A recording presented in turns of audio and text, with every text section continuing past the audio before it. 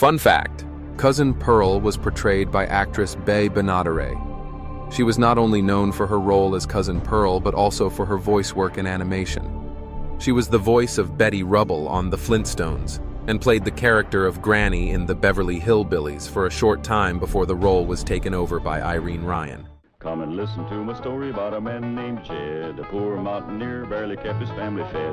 And then one day he was shooting at some food, and up through the ground come a bubbling crude oil, that is, black gold, Texas tea. Well, the first thing you know, old Jed's a millionaire. The kinfolks said, Jed, move away from there. Said, California is the place you ought to be. So they loaded up the truck and they moved to Beverly Hills, that is, swimming pools, movie stars. The Beverly Hillbillies.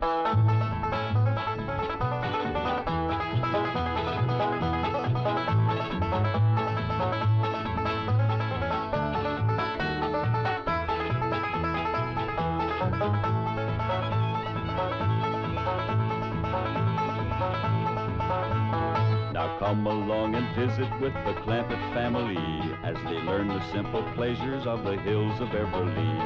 That includes the products of your sponsor of the week, the cereals of Kellogg's, Kellogg's of Battle Creek. K-E-double-L-O double good Kellogg's, best to you.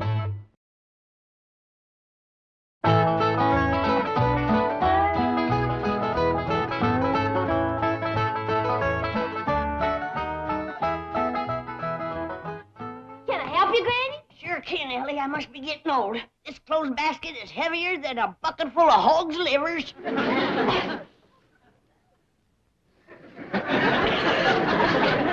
Don't touch it. It's haunted. I bet you little Jasper crawled in there to get warm. Who in tarnation is little Jasper?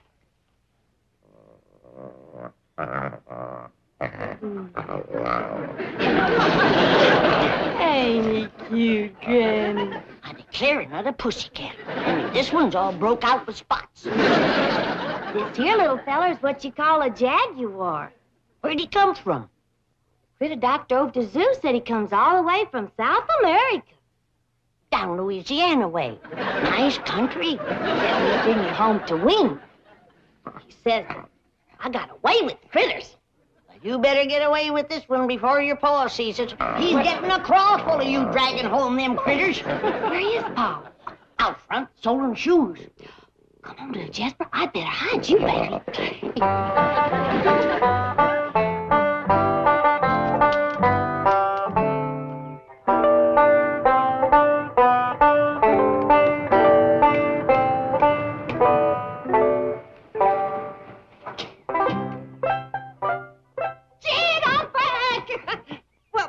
It's me, Pearl. Don't you want to kiss me? Just didn't want to nail us together, Pearl. My doggies, it's good to see you. It's good to be here. I thought I heard Pearl's voice. You did, Pearl! You old rascal, you surprised us. How are things back home? Fine as frog's hair. Why didn't you let us know you was coming? We'd met you at the airport. Oh, Daddy spoiled the surprise. Besides, I didn't want to take Jethro out of school, and Mr. Drysdale offered his limousine and livered chauffeur. Thanks a heap. Jed, give the chauffeur a tip. Come on, Pearl. Come inside. Tell me all about it. Oh, just a minute, young feller.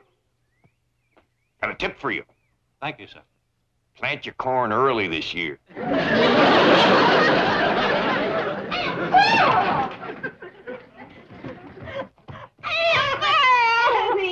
It's good to see you. Well, tell us all about Jeffrey getting married. Did you have a big fancy wedding in your parlor? Sure she did. Pearl's been planning that for years. It didn't quite come off the way I planned it. What happened? You know, I had Jeffrey all set to marry Albert Ledbetter, that tall string bean of undertaker over to Ripley. Good, steady fella, Al. Best undertaker in the whole county. Only undertakers in the county. Nice feller, too. Oh, Granny, I wish you could have seen the way he decorated my parlor. Well, you couldn't walk for the flowers. They weren't all strictly fresh, mind you, and some of them still had the black ribbons on them. Oh, flowers is flowers. Al never was one to waste nothing. Well, what happened, Aunt Pearl? Didn't Cousin Jethrine marry up with Undertaker? Stood him up, eloped with another man. There goes my free funeral. Well, tell me, Pearl, who'd Jethrine lope with? That drummer from Joplin, Jasper Depew. Why, he weren't no more than half her size. I reckon love ain't measured by a yardstick, Granny. And they do look happy. Sent me a snapshot from Turnersville. That old Al Ledbetter take it, Pearl. Jethrine stand him up like that. Took it right nasty, Jed. He backed his hearse up to the door and hauled away every single flower. Where'd he take him? Straight over to Elverna Bradshaw's parlor. He up and married her daughter before them flowers could wilt. Al never was one to waste nothing. Jed, I gotta have... Hello, son. Ma! Come, Jim.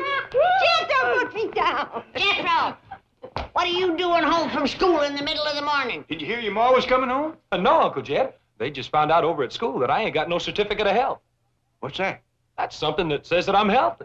I'm say you're healthy. Now go on back to school. I gotta have an examination first, Granny. Stick out your tongue. You're healthy. Get back to school.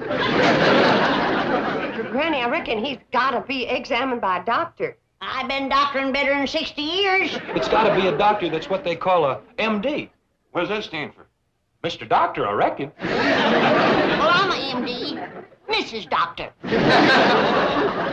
Granny, maybe he ought to do like the school says, huh?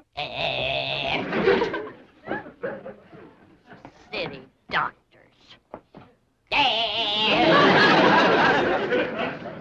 Trouble is, we don't know no doctors.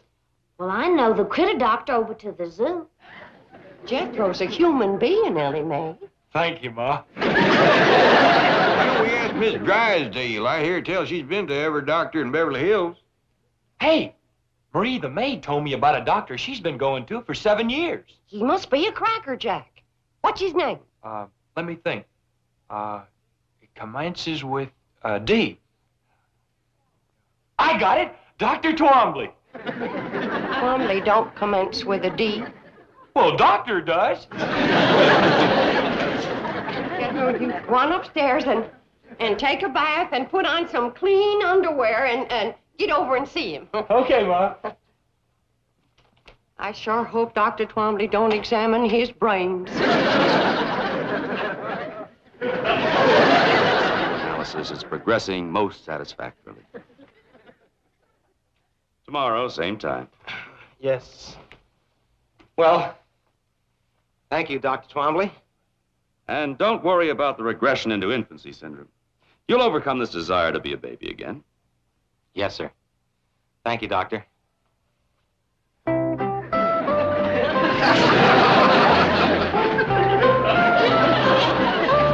Thank you.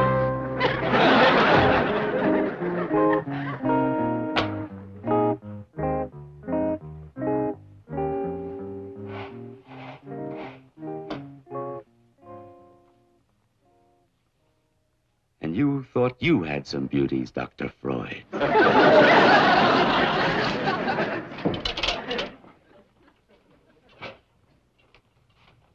Oh, Doctor, there's one more patient. His name is Jethro Bodine. This is my golf day. You know I don't take patients after 11 o'clock. He was referred by Mrs. Drysdale. Oh, all right. Call Dr. Black and tell him I'll meet him on the golf course at 12:15. Yes, Doctor.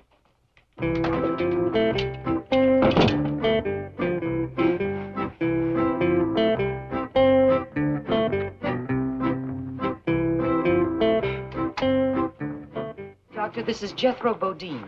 Howdy. How are you, Jethro? Make yourself comfortable on the couch right here. Thank you.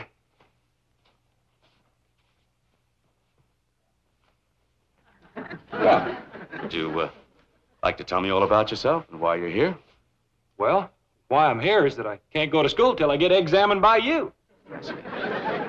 Just lie back and relax. Well, thank you. Now, suppose you tell me about this problem you're having at school. Well, my biggest problem is staying awake while the teacher's talking. Well, that might be nothing more than a benign subconscious rejection of authority represented by the teacher. It doesn't mean that you necessarily lack interest or capability or intelligence. Above all, you mustn't let this cause you any distress.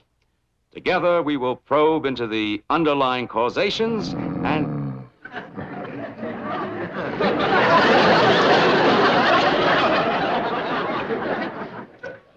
So good to feel needed.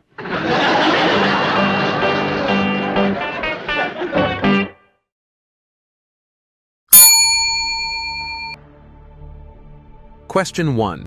Who comes back to visit the Clampetts in this episode? 1. The Easter Bunny. 2. Cousin Pearl. 3. Santa Claus.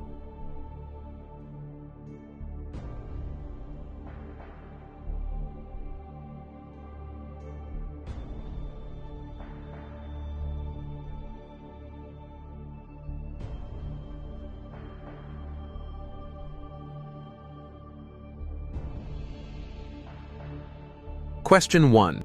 Who comes back to visit the Clampetts in this episode? 1. The Easter Bunny. 2. Cousin Pearl. 3. Santa Claus. The answer, Cousin Pearl comes back to visit her California cousins.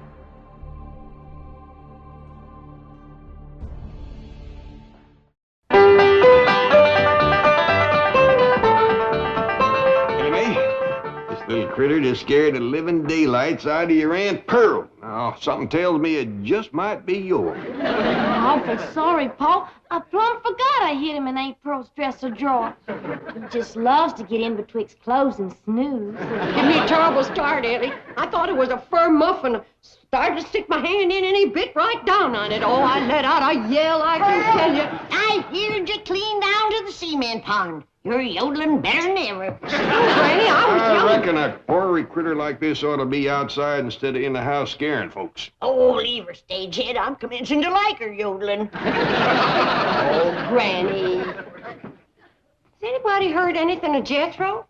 He's been at that doctor for a good spell now. Ah, rest easy, Pearl. There's a lot of boy that examine. Now, Jethro, during your few waking moments, you have managed to tell me that your mother's a widow. Oh, yes, sir. I'd like you to tell me all about your mother. I'm very interested in her. And don't blame you. She's pretty. That's fine. Now then, Jethro, what's your relationship to your mother? I'm her son. Yes, I know that. But how do you feel about her? Do you like her? Oh, I sure do. She's a dandy, yeah. Does she ever give you hostile emotions or aggressive tendencies? Well, she would if I asked her for them. Yes, well, suppose we talk about your father. Do you remember him? Oh, yes, sir. He used to take me hunting. Taught me how to shoot with a rifle when I was just a little feller. Oh, you were good buddies when he was alive. Oh, yes, sir. Did you miss him? I never shot at him. Well, suppose you tell me about the rest of your family. Do you have any brothers? No, sir. But I got a sister that's got one. Well, that would be you, Jethro. No, sir. Her name is Jethro. Why don't you go back to sleep for a while? Oh, Granny, wait till you see what all's in here. Every last thing you asked me to bring back from the hills. Oh, bless you, Pearl. Cocoon root. Pearl, you'll never know how I needed this. When you simmer this in slippery elm tea, it is first rate for chills and fever. Dried crawdad tails. Big rascals, too. When they is ground up to powder. You can't beat it for easing headaches, curing warts, and seasoning sauerkraut. Catfish whiskers. Oh. Salt water. Oh. Dogwood bark. Oh. And the skins from 3 full-grown newts caught at midnight under a full moon. Pearl, you ain't gonna believe this, but you just can't buy these in Beverly Hills. That's a fact, Pearl. Jethro drove me up to 5 big department stores out here, and not one of them had a newt skin. When it comes to charms and potions, you might just as well not commence unless you've got the midnight moonlight caught fully grown newt. Earl, did you do all this gathering yourself? Oh, no, not yet. I had company, especially for the midnight moonlight nude hunt. Anybody I know? Oh, 3 of the most marriageable men in the hills. That'd be Jack Cantrell, Widower Lloyd, and Old Man Casey. Oh, he ain't so old. I declare, I had to watch out more for him than the newts. I'm surprised you didn't get married while you was back home, Pearl. I had plenty of chances, Granny, but I got sport living out here. So I'm gonna hold out for one of them good-looking, snappy-dressing, money-spending Beverly Hills fellas. Wild honeycomb. Honeycomb and Mountain Dew. Best thing in the world for Quincy. Mountain-grown flaxseed. Nothing better for poultices. Old George McQueenie sent that to you. I'll take it anyway. Ma! Ma! Well, what'd the doctor say? Are you well? Are you healthy? I never did find out. But when that Dr. Twombly heard that you was my ma, that's all he talked about from then on. Talking about me? He must ask a dozen questions about you. But Jethro, I don't even know the man. Well, he sure knows about you. He'd like you to come to his office to see him. When? Well, he says the sooner the better. And he's a good looker, too. Betcha Mrs. Drysdale told him about me. I'll hurry and put on my store-bought hair and my society dress. Jethro, this Dr. Twombly, pretty nice fella? Yes, sir. But he's awful nosy, though. Never stops asking questions. Shows he's interested. But there's one thing about him Ma ain't gonna like. He's a messy writer. Yeah? Yes, sir. You know how Ma's always fussing at me for spilling ink in my writing book? Yeah? Well, he showed me one of his books, and Uncle Jed, it's the biggest mess of ink blots you ever saw.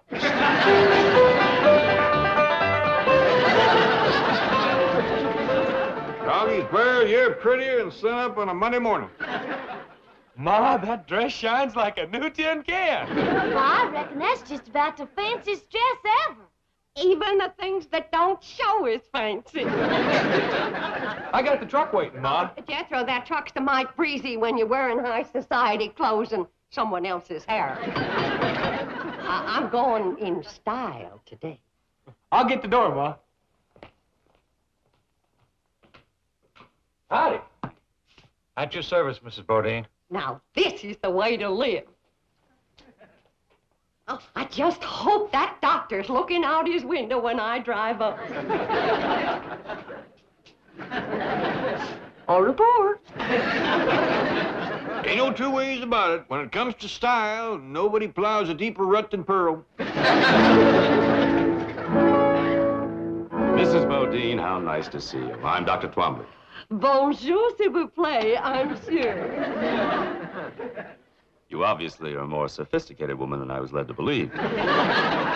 Merci, n'est-ce pas? Excuse me.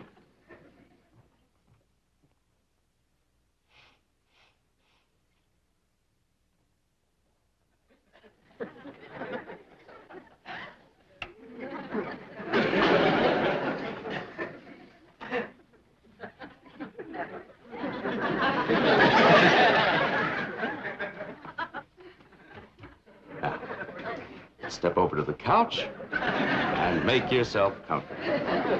Oh, sit down. Sit down. Relax. Let's get acquainted.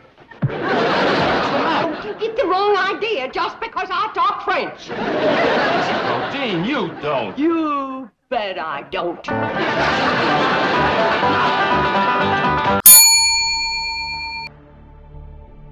Question 2. What does Cousin Pearl think the doctor is trying to do? 1. Make a pass at her. 2. Perform surgery. 3. Prescribe meds.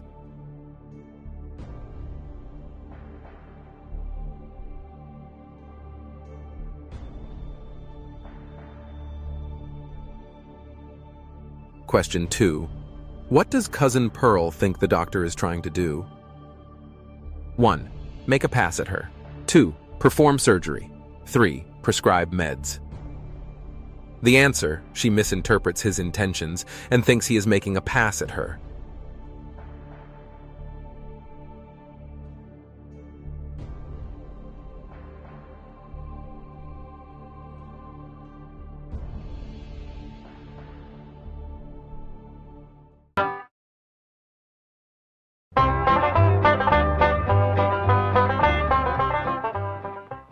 you are, Doctor.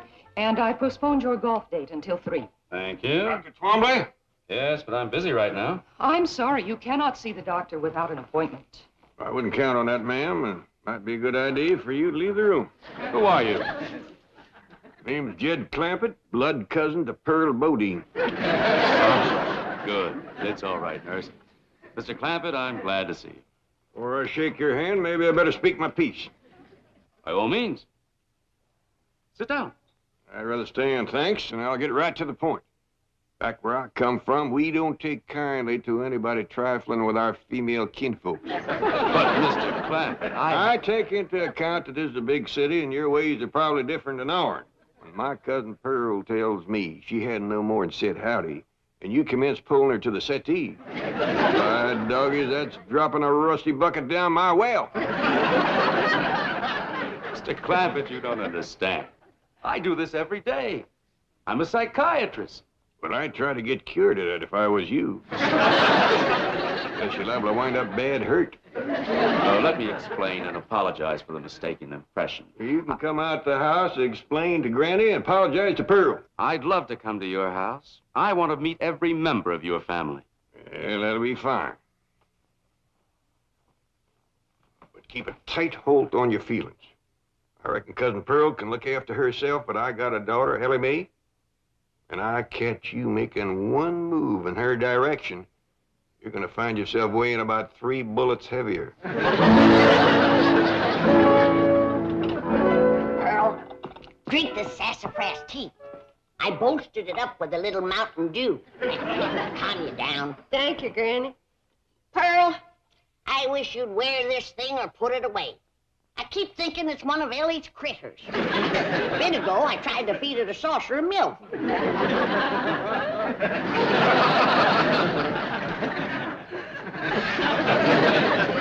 Pearl? You do something different to your hair? Oh, Pearl, Jethro and me have brought that Dr. Twombly home here so he could apologize to you. Oh, I got it.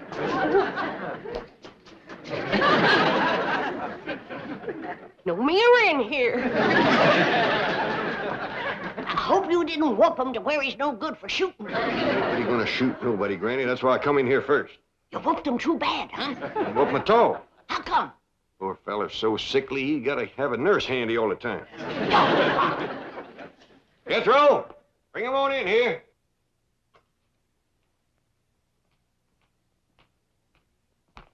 Dr. Twombly, this here is Granny. I'm pleased to meet you, Granny. He don't look too sickly to whoop. You want me to whoop him, Granny? You go look for some chores. What, for instance?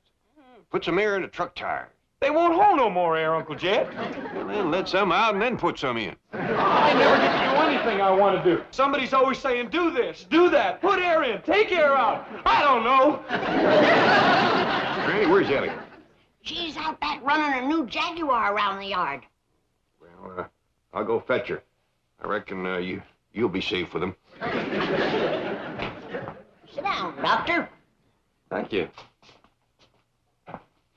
So, you call yourself a doctor, do you? Well, I do hold several degrees. All right, Doctor.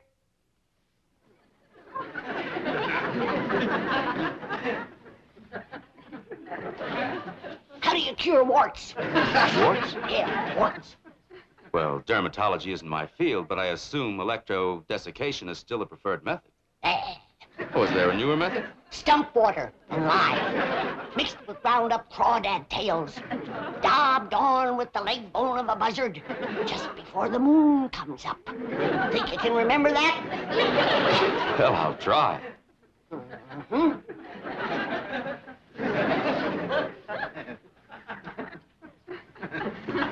How do you cure quinsy? Quinsy?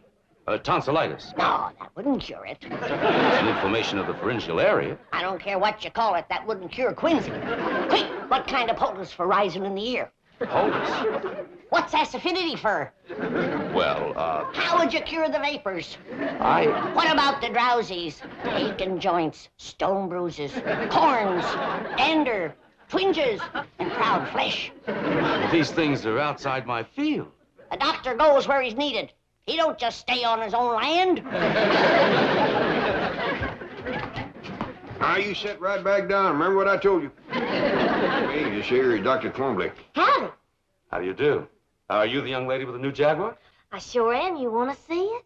Well, yes, I'm an enthusiast myself. Is it in the garage? Yeah, out in the yard. Come on. Now, you sit right there. Ellie Mae, bring it in the house. A Jaguar in the house? Is it all right, Pa? Yeah, as long as you don't take it upstairs again.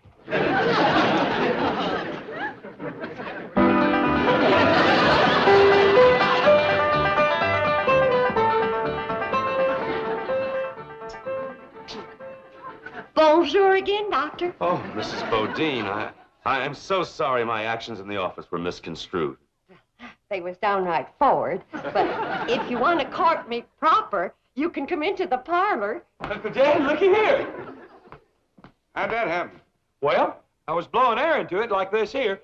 When all of a sudden, pow! Jethro, I told you and I told you, use the pump. You always bust the tires when you blow them up by mouth.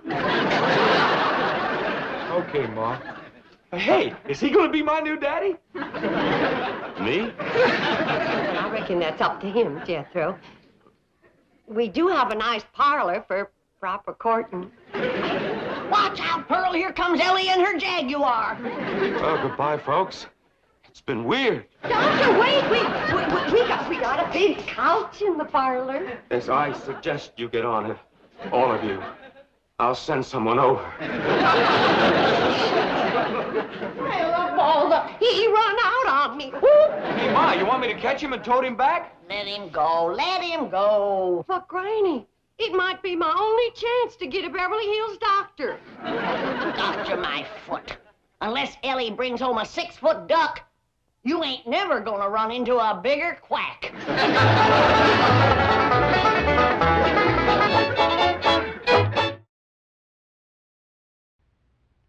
Snap, what a happy sound. Snap is the happiest sound I've found. You may clap, rap, tap, slap, but snap makes the world go round. I say it's crackle, the crispy sound. You gotta have crackle or the clock's not wound. Geese cackle, feathers tickle, bells buckle, beats pickle, but crackle makes the world go round. Now I insist that pop's the sound. The best is missed unless pop's around. You can't stop hopping when the cereal's poppin'. Pop makes the world go round. Snap, crackle, pop, Rice Krispies. The Beverly Hillbillies has been brought to you by Kellogg's.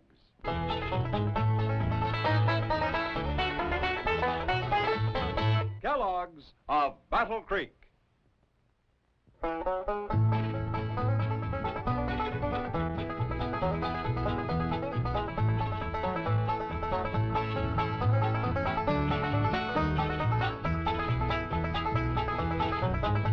Well, now it's time to say goodbye to Jed and all his kin.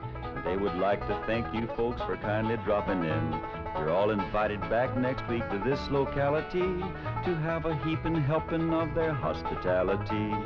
Hillbilly, that is. Set a spell. Take your shoes off. You all come back now. Here? Question 3. What does Jed go to the doctor's office to do? 1. Paint the room. 2. Uphold Pearl's honor. 3. Take his blood pressure.